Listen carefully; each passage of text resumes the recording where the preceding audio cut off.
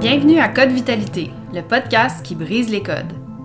Viens revisiter l'abondance vitale et t'ouvrir à la possibilité que la vitalité, c'est un état d'être, une fréquence accessible à tout instant où tu choisis de t'y connecter.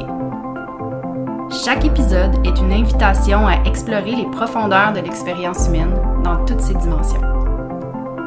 Nous te partagerons notre cheminement, nos prises de conscience et nos défis en lien avec la santé, les relations et la spiritualité. Bienvenue dans un espace d'évolution sans prétention avec Anne-Sophie et Vicky.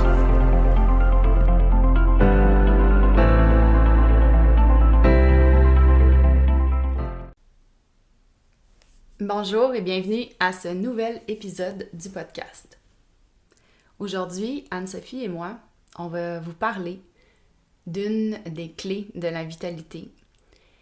Cette clé-là, c'est le fait de se rappeler et de savoir avec conviction qu'on est la nature, qu'on n'est pas séparé de la nature, comme on a tendance peut-être à le croire ou à l'avoir cru dans le passé. Pour ceux et celles qui peut-être arrivent sur notre podcast pour la première fois, juste pour vous mettre un peu en contexte, on a enregistré une série de podcasts qui s'appelle « Les clés de la vitalité ». Dans ces podcasts-là, on vous présente une clé par épisode. Puis, l'intention derrière ça, c'est vraiment d'aller aux bases de ce qu'on appelle la vitalité, puis même l'abondance vitale. Donc, ce qu'on a fait, c'est qu'on a identifié 4 clés ou 4 croyances profondes à intégrer puis à vraiment vibrer pour pouvoir toucher à la haute vitalité puis en faire l'expérience pleinement dans sa vie, expérimenter l'abondance vitale. Alors aujourd'hui, celle qu'on va vous présenter comme clé, c'est la clé qui s'appelle « Nous sommes la nature ». Ce qu'on veut dire par là, en fait, c'est que avoir la croyance profonde qu'on n'est pas séparé de la nature, qu'on en fait partie intégrante. Avant de donner la parole à Anne-Sophie, je voudrais peut-être juste commencer avec une citation, une phrase que vous avez souvent entendue peut-être, puis qui est vraiment cliché dans le milieu de la spiritualité surtout. C'est « nous ne sommes qu'un, nous ne faisons qu'un ». Puis souvent dans le monde de dualité dans lequel on est, c'est difficile de vraiment comprendre puis d'intégrer ça. C'est des belles paroles, mais c'est peut-être difficile avec notre mental de vraiment le comprendre. Donc je trouve que cette clé-là, nous sommes la nature, nous en faisons partie, ça nous amène à revoir justement cette illusion-là de séparation qu'on a avec la nature puis même avec tout. Fait que, je m'arrête là pour ça, mais je vais donner la parole maintenant à Anne-Sophie pour qu'on poursuive notre belle conversation sur les clés de la vitalité. Oui, bien j'aime ça que tu dises que c'est que ça enlève cette perception-là qu'on est séparé au niveau de chacun en relations humaines, mais qu'on est aussi séparé de la nature ou de tout ce qui nous entoure. Fait que là, cette clé-là, ça nous ramène à cette union-là avec, je vais dire, l'univers, avec le grand tout. Oui, aussi au niveau relationnel, mais aussi au niveau avec la nature. Puis de retrouver cette relation-là avec la nature, de prendre le temps de l'observer, cette nature-là, cette beauté-là. On dit tout le temps de prendre le temps de regarder la nature, mais je pense aussi que c'est une relation, encore une fois, que la nature nous observe aussi. Fait que de se voir dans les deux, que nous, on observe la nature et la nature nous observe, et de se reconnecter à cette relation-là, à cette beauté-là. Oui. C'est fou comment, dans la façon dont on grandit dans le système dans lequel on évolue, comment on a été déconnecté de notre origine en réalité, tu sais. Puis, tu sais, juste dans nos expressions, je vais aller en nature, je suis allée dans la nature en fin de semaine, comme si c'était quelque chose qui était extérieur à nous parce qu'on on s'est tellement créé un milieu artificiel de vie, tu sais, dans nos maisons, avec notre éclairage artificiel, avec notre chauffage artificiel. Quand tous ces éléments-là, en réalité, sont là, sont présents, là d'où on vient, d'où l'humain a son origine, tu sais. Fait que on est déconnecté, que même notre discours va dans ce sens-là quand on parle de la nature. Ouais. Non, c'est vrai, mais pour vrai, j'avais jamais remarqué ça. Faites cette observation-là, comment je peux dire ça moi-même, en fait, juste avec les mots que j'utilise parfois, parce que j'avais pas fait ce lien-là encore, de voir comment que je peux quand même si je veux intégrer cette croyance-là, parce que c'est une croyance, comme tu disais tantôt, qu'on veut intégrer dans notre vie, qu'on veut profondément sans la challenger. Tu sais, c'est comme elle est ancrée, mais comment que les mots que j'utilise peuvent parfois encore m'amener à cette séparation-là de la nature. Et rendu là, tu sais, oui. on va dans la nature, on va s'évader en nature, quand en réalité, comme on fait juste se retourner à qui on est, puis d'où on vient. C'est de là qu'on vient, tu sais, puis on en parlera peut-être un petit peu plus tard, mais tu sais, on vient de la nature, mais on vient aussi de l'univers, tu sais. Fait qu'on vient d'une planète, d'un système de solaire, d'une galaxie, tu sais. C'est de là d'où on vient. Ouais, puis tu sais, on y va, vu que tu as amené ça, le mot galaxie, puis d'où on vient, en fait, tu sais, si on regarde juste les éléments, le feu, l'eau, l'air, l'éther, on les retrouve en nous, mais on les retrouve en nature aussi. Oui. Puis dans l'univers aussi. Oui, c'est ça, dans l'univers aussi. On est constitué de ces éléments-là, tout le monde. Alors, comment on peut, dans le monde où on évolue, tu sais, parmi les gens qui nous écoutent, il y en a peut-être qui vivent dans la nature, qui vivent en campagne, d'autres qui vivent dans des milieux comme plus urbains, puis je sais pas, je vous pose la question, puis parce que je sens que ça émerge beaucoup autour de moi, puis vraiment en moi, au moment où on enregistre ce podcast-là, je reste en ville, mais je sais que c'est une question de temps avant que j'aille vivre moi aussi dans la nature, tu sais, puis que je ressens ce besoin-là qui est de plus en plus criant de retourner dans le calme, de retourner près des arbres ou d'un courant d'eau, je sais pas, c'est très très fort depuis 1 an, puis je me demandais si vous aussi, les gens qui écoutent, c'est quelque chose que vous ressentez présentement, parce que plusieurs de mes amis ou connaissances autour de moi sont à la recherche aussi de ça. Il y a comme quelque chose qui se passe, je pense, je sens qu'il y a un changement, les gens veulent retourner à leur origine, peut-être. Oui, puis de voir que si peut-être en ce moment c'est pas votre cas, que vous ressentez pas peut-être cette envie-là en ce moment, ou que ça vous amène comme à ressentir une certaine peut-être anxiété, ou vous regardez, mais pour l'instant c'est pas possible pour moi, mais de voir comment aujourd'hui même, qu'est-ce qui peut vous amener ou vous connecter à la nature, que ça soit avec le soleil, que ça soit avec un élément de la nature, la terre, l'eau, mais comment qu'on peut se connecter à la nature dans un milieu urbain. Peut-être que vous le faites déjà, mais peut-être d'en prendre conscience de cette connexion-là. Des fois, on le fait, mais on s'en rend même plus compte qu'on a créé peut-être ce lien-là avec la nature. Mm-hmm. Dans un espace urbain ou chez vous, à la maison. Mais juste de se rappeler que, OK, tu sais, comment je peux créer cette relation-là dans un espace où peut-être j'habite pas en campagne? Ben oui, tout à fait, là, tu sais, je peux, tu sais, en revenant sur ce que j'ai dit, avoir ce besoin-là de connexion à la nature, ça se manifeste de différentes façons. Dans mon cas, c'est de me relocaliser, mais il y a tellement des façons de faire des modifications dans son style de vie, puis c'est quelque chose souvent en accompagnement avec les clients qui sont pas nécessairement dans l'emplacement optimal pour leur vitalité, puis l'épanouissement de leur être, si on veut, là. Ben, tu sais, de développer des petits trucs, des astuces pour... parce que, je veux dire, même si on vit en ville, il y a quand même moyen de s'exposer à la lumière du soleil, de trouver un parc à proximité, ou il y a toujours moyen d'avoir accès, là, puis de s'en sortir, même si vous êtes en ville, puis que vous aimez la ville, puis,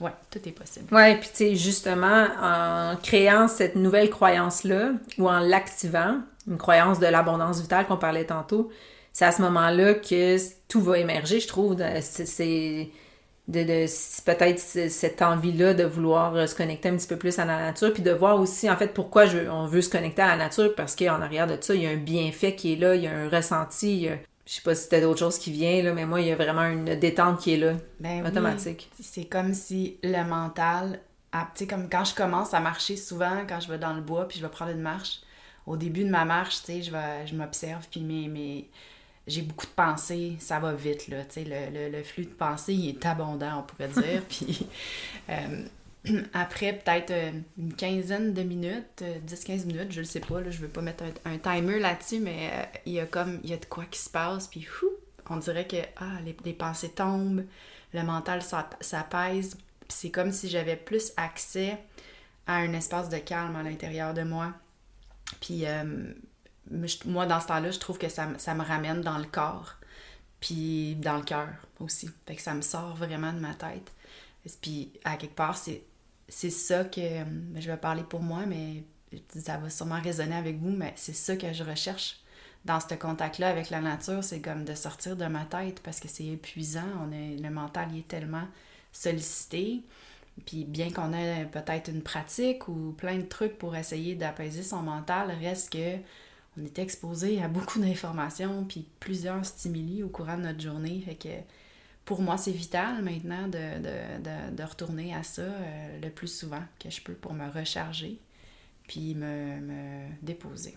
C'est une ressource qui est là, qui est accessible. Puis je pense qu'on l'a peut-être... justement du fait qu'on se sent déconnecté ou peut-être qu'on sent qu'on n'est pas... qu'on ne forme pas un avec la nature, on l'a peut-être banalisé comme si c'était juste... Elle est là. Oui. T'sais, mais en fait, c'est vraiment... Elle est plus que là, elle fait partie intégrante de nous. Utilisons-la aussi comme elle va nous utiliser aussi peut-être. Mais oui, tu sais, on va prendre un exemple vraiment simple pour voir comment la nature travaille pour nous puis avec nous. Juste les arbres, aussi simple que ça. L'oxygène qu'on respire, c'est les arbres qui nous la donnent. Puis on retourne, tu sais, comme quand on expire, on le retourne aux arbres.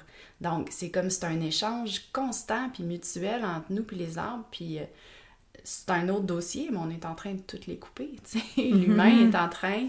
Je trouve souvent que l'humain se pense plus intelligent que la nature, puis essaye de la contrôler.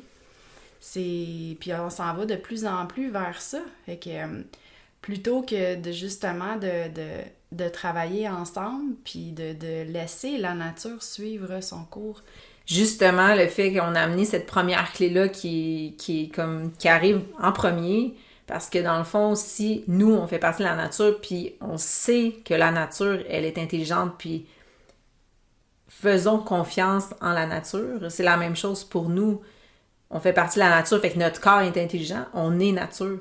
Yes. Fait que c'est pour ça que nous aussi, faisons confiance à notre propre intelligence. C'est pour ça que cette première clé-là, on est nature, c'est ça qui est là en premier. Oui, c'est la priorité, en fait, parce que si on prend encore un exemple d'un arbre, il essaye pas de contrôler le cours des choses, là. Il est là, il est planté là, puis il laisse le soleil, l'eau, l'air, puis toutes choses qui sont pas à ma conscience présentement où je vous parle, faire leur œuvre. Il laisse la nature opérer.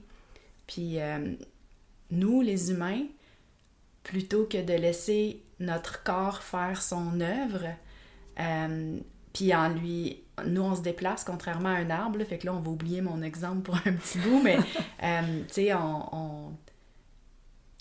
l'environnement dans lequel on évolue, s'il n'est pas celui dans lequel on est supposé évoluer, ça va être difficile pour notre corps de trouver l'harmonie. Donc, nous, les humains, tout ce qu'on a à faire, c'est de choisir le plus possible un environnement qui est naturel pour notre corps, puis d'adopter un style de vie le plus possible qui se rapproche de notre mode de vie d'origine. Fait que c'est tout un défi en 2025, puis on retournera pas en arrière. Il faut accepter aussi que l'humanité évolue, tout évolue, mais il faut supporter notre corps dans ce processus-là. Je ne sais pas si j'en ai déjà parlé dans un autre podcast, mais je vais quand même le redire.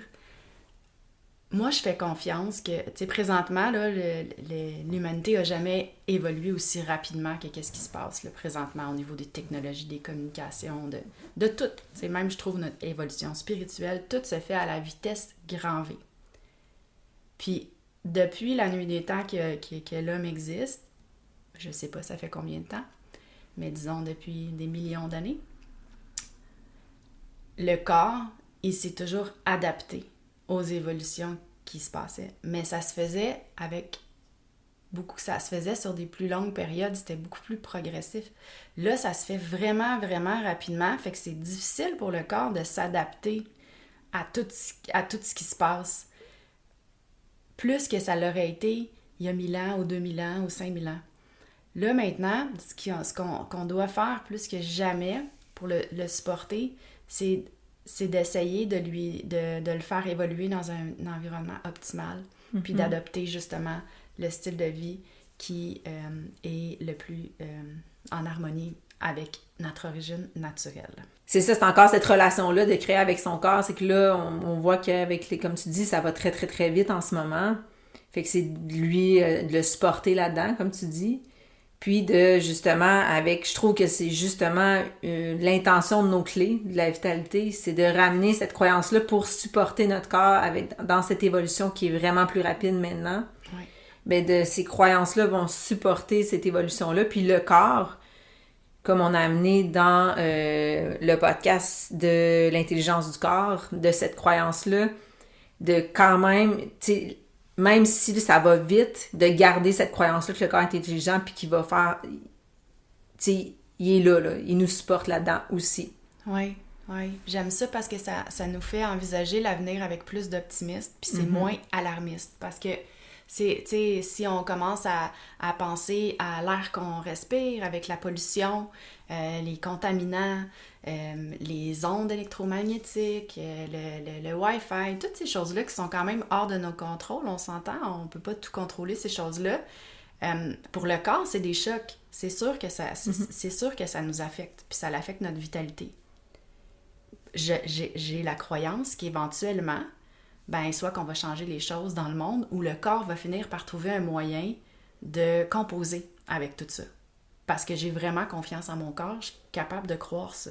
J'ai confiance en la nature aussi, qui va s'ajuster, ou il va se passer quelque chose pour qu'on évolue mieux. Mais ça prend... Il faut vraiment bâtir cette confiance-là avec son corps, puis on va en parler dans le podcast de l'intelligence du corps, mais ces deux choses-là sont vraiment interreliées. Quand on s'inspire de la nature, pour nous, l'humain, on change notre perspective, puis on accepte, puis on comprend qu'on a une nature cyclique, qu'on a une nature rythmique, puis qu'on a une nature, une nature phasique, on a des phases, tu sais. Fait que, comme la nature. Mais nous, l'homme, on voudrait vivre à 100 000 à l'heure, 365 jours par année, puis genre les 16 heures par jour qu'on est réveillé. Puis ça, c'est pour ceux qui dorment 8 heures, tu sais. Mais on n'est pas comme ça, on est comme la nature. On a, premièrement, chaque personne est différente. Le rythme d'Anne-Sophie, qui est le sien à elle, n'est pas nécessairement le mien. Mais on vit pas dans un monde où on peut se permettre d'avoir « Ah, moi, mon rythme, il est comme ça. » Puis là, tu arrives sur le marché du travail. Bon, de plus en plus, les consciences s'élèvent, puis les gens comprennent que c'est pas tout le monde qui est pareil, mais on vit dans un monde où il faudrait tous avoir le même rythme. Qu'on soit un homme, qu'on soit une femme, qu'on ait 20 ans, qu'on ait 40 ans, si on est sur le marché du travail, c'est pareil pour tout le monde. On doit remplir les mêmes critères de performance, si on veut. Puis ensuite, on a des cycles. Juste nous, les femmes, par exemple, c'est pas tout le monde qui est affecté de la même façon, mais si on regarde juste le cycle menstruel, il y a différentes périodes dans le mois où on va s'entendre qu'on n'est pas nécessairement...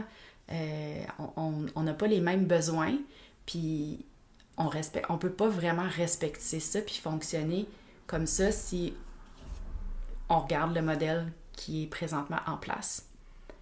Puis aussi, il y a des phases de vie. On vit des événements, des fois, il y a des contextes qui fait qu'on n'aura peut-être pas la même vitalité, la même énergie pour la traverser, puis on aurait peut-être besoin à ce moment-là de ralentir, ou d'autres fois, peut-être qu'on est rempli d'énergie, puis on voudrait que ça aille plus vite, puis on pourrait en faire plus, tu sais, bref. La nature, elle sait ça, puis elle se bat pas, puis elle n'est pas en résistance avec ça. Nous, on essaye de contrôler ça pour être toujours pareil, puis standardiser tout ça, tu sais. On est des humains. On n'est pas fait pour ça. On est des êtres humains. Oui. On n'est pas fait pour être toujours dans le fer puis de pousser tout vers le haut. C'est pas ça, les phases puis les cycles. Quand tu vois ça, c'est beaucoup plus ondulé, beaucoup plus... Moi, quand je me connecte à ça, c'est beaucoup plus doux, en fait, là, les phases, puis se connecter à ces phases cycliques-là de la nature aussi. Quand on prend le temps de la regarder, puis de regarder ces phases, c'est super beau, puis c'est tellement, justement, ça peut être apaisant pour nous de voir ces cycles-là de la nature, puis de comprendre que nous aussi, on est comme ça. Puis tu sais, si je reviens à ce que tu dis pour nos cycles menstruels pour les femmes, mais ces cycles-là, je pense que tu as utilisé le mot « affecté », mais en fait, chaque phase a une raison d'être, puis nous aide à certaines choses, à certaines phases de notre vie, justement, ou dans notre mois. Fait que si on prend nos phases menstruelles, nos cycles, mais on voit qu'elles sont toutes là pour une raison, puis on peut vraiment les utiliser pour nous et non contre nous. Mm-hmm. Si on commence à lire là-dessus, puis à comprendre un petit peu plus, c'est riche. Mm-hmm. Puis ça l'amène à vivre la vie vraiment différemment, tu sais. Moi, je suis pleine de gratitude parce qu'avec certains choix, ça a été tout un processus, mais avec certains choix que j'ai fait dans ma vie, de plus en plus, je peux me permettre honorer mes phases, mes cycles, mon rythme. C'est vraiment loin d'être parfait, là. C'est vraiment pas parfait, mais je vivrais plus différemment maintenant. Puis qu'est-ce qui me semblait totalement impossible il y a une dizaine d'années, je me rends compte qu'on peut quand même faire des choix puis construire quelque chose de différent dans sa vie avec ses moyens puis ses ressources du moment, puis faire le mieux qu'on peut avec ça. Oui, c'est de comprendre que c'est les cycles, les phases, tout ça, c'est tout en évolution, puis ça sera jamais comme tout le temps pareil non plus. Comme la nature est changeante, tu regardes la forêt un été, puis elle va avoir... si je me mets comme une image de la forêt en arrière de chez nous, elle va ressembler à telle chose l'été passé, puis là, cette année, c'est complètement différent. Tu sais, il y a des choses qui grandissent, il y a des choses qui meurent, il y a tu sais, la nature n'est pas tout le temps pareille à chaque année. Non. Puis d'une saison à l'autre, évidemment. Évidemment. Tu sais, on oublie de voir comment, tu sais, c'est un miracle en soi, là, tout ça, là, tu sais, toute la nature. Puis nous aussi. Puis notre corps aussi, tu sais. Ouais. En fait, on parle de l'évolution technologique, puis combien on est rendu avancé, mais en réalité, là, le corps humain, là, c'est d'une complexité puis d'une beauté. C'est, pour moi, la plus évoluée des technologies, c'est notre corps humain. Ah oui, puis aussi, je le crois. Il faut vraiment... je veux pas dire il faut, mais quand on a cette croyance-là, qu'on est la technologie la plus évoluée, on a moins besoin d'aller à l'extérieur avec les autres technologies. On peut travailler avec. On peut s'en servir comme outil. Mais on apprend que la première chose, d'abord et avant tout, ce qu'on veut, c'est travailler avec notre technologie, notre outil à nous, qui a des capacités qu'on n'a encore pas exploitées à leur plein potentiel. Je l'ai partagé à Vicky juste avant le podcast, mais je disais que, tu sais, on parle de notre connexion à la nature, puis comprendre plus la nature, tout ça, puis en fait qu'on fait partie de la nature, mais on n'est pas obligé de tout comprendre non plus, puis de comprendre toute la biologie, puis en arrière de la nature. Et même chose pour notre corps, on n'a pas besoin de tout comprendre notre propre biologie pour ancrer cette clé-là, puis cette croyance-là. Oui, c'est ça. Puis quand tu m'en as parlé, je t'ai dit, je te reviens avec ça dans le podcast, mais je trouve que de prendre conscience de ça, qu'on n'a pas besoin de tout savoir, puis de tout comprendre, puis d'être des scientifiques pour avoir accès à la vitalité, ça l'enlève, je trouve, une pression là, incroyable. Ça remet les choses entre les mains des lois de la nature, des lois de l'univers, de quelque chose de plus grand que soi, tu sais. Fait on continue de supporter notre être le plus possible, mais on fait confiance que notre corps, il sait exactement quoi faire, que la nature aussi sait quoi faire. Je trouve que ça rend ça accessible à tous. Exactement, c'est ça, ce qui m'est venu là, quand tu parlais, Vicky, c'est que ça rend justement cette unicité-là, le fait qu'on est tous un, tu sais, avec la nature et les êtres humains, ça rend que c'est pas parce que t'es plus intelligent que t'as accès à ça. Tu sais, tout le monde a accès à ces clés-là si tu les incarnes et que tu crois à l'intérieur de toi. T'as pas besoin de rien de matériel. C'est vraiment des états d'être à l'intérieur de nous, c'est des croyances. Mm-hmm. Tu sais, on n'a pas besoin de rien de matériel, fait que tout le monde a accès à ça. Oui. Puis en adoptant cette façon-là de la vie, puis en l'intégrant, puis en l'incarnant, le besoin de savoir pour avoir confiance, je veux pas dire savoir, le besoin d'en apprendre plus, d'accumuler plus de connaissances, je vais le dire comme ça, ouais. Et ça pèse un peu. C'est sûr que, tu sais, moi, je parle pour moi, là, j'ai une grande curiosité intellectuelle, j'adore ça, faire des formations puis tout ça, mais maintenant, j'aime savoir profondément que c'est pas parce que j'en ai besoin. Ça va satisfaire ma curiosité, ça va m'ouvrir sur d'autres choses, mais je fais confiance à mon corps, je fais confiance à la nature, je fais confiance à la vie. Ouais, c'est ça, ça va pas changer que ton corps, il va être plus intelligent, tu sais, d'en savoir plus. Oui, exact. Ouais. Puis que je vais avoir accès à plus de vitalité parce que je connais tel nouveau hack, puis que j'ai pris tel nouveau supplément, genre, par exemple, ou que j'ai appris, bref. Ben, je trouve ça, c'est pour ça que, en tout cas, moi, en ce moment, quand on parle de ça, Vicky, ce qui me montre, c'est que c'est pour ça qu'il y a une grande joie de partager ces clés-là. Mm-hmm. Toutes nos discussions, ça revenait toujours à ces 4 clés-là, tu sais, à ces 4 croyances profondes-là qu'on réalisait que il y a plusieurs personnes qui les ont, d'autres non, mais c'était un peu ça qui a fait la différence dans mon parcours, en tout cas, puis je pense dans le tien aussi, Anne-Sophie, tu sais, de avoir cette nouvelle vision-là de la vie, de la vitalité, de l'abondance vitale. Ben, c'est quelque chose qui me supporte tous les jours maintenant. Oui. Je peux revenir à ça tout le temps. Oui. Parce qu'on s'entend, c'est pas comme si j'ai aisé maintenant et j'ai plus rien à faire, là, comme on en a déjà dit, je pense, dans notre podcast, là, mais c'est quelque chose à réactiver, à activer encore, à se rappeler, tu sais. Oui.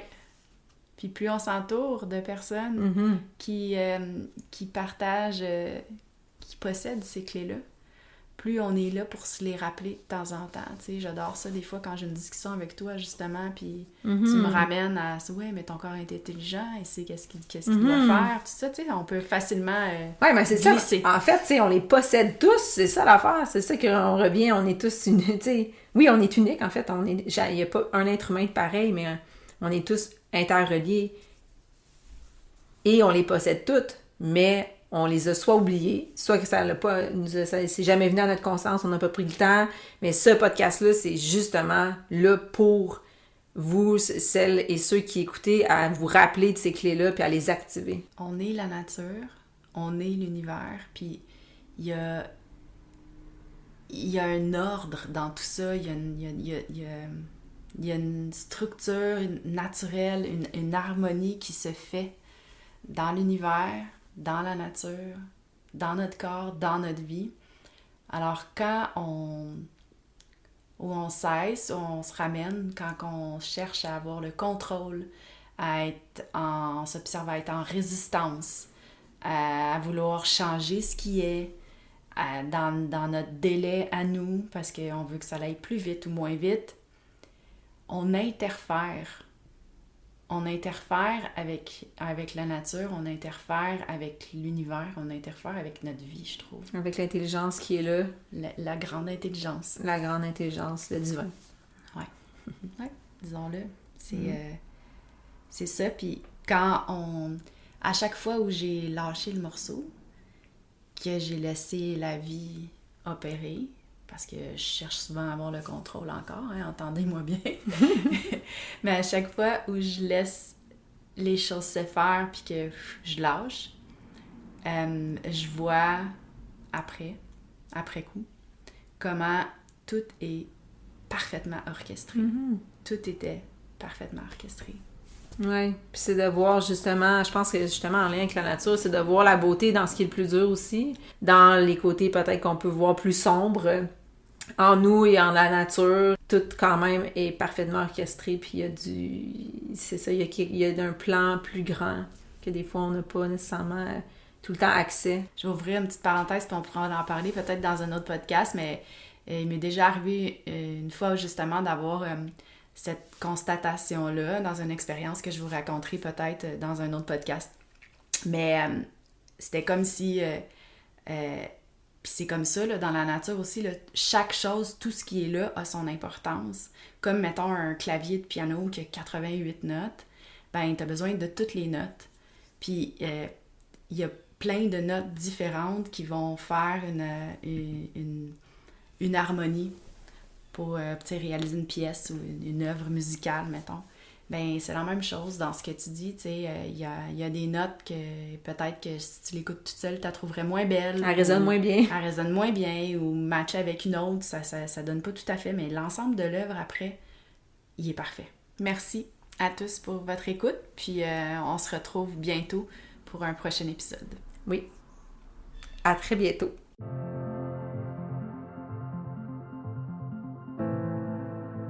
Merci infiniment d'avoir été des nôtres. Pour nous supporter dans notre mission de propager les codes de la vitalité, abonnez-vous et partagez ce podcast à tous ceux qui pourraient en bénéficier. On se retrouve très bientôt pour un prochain épisode.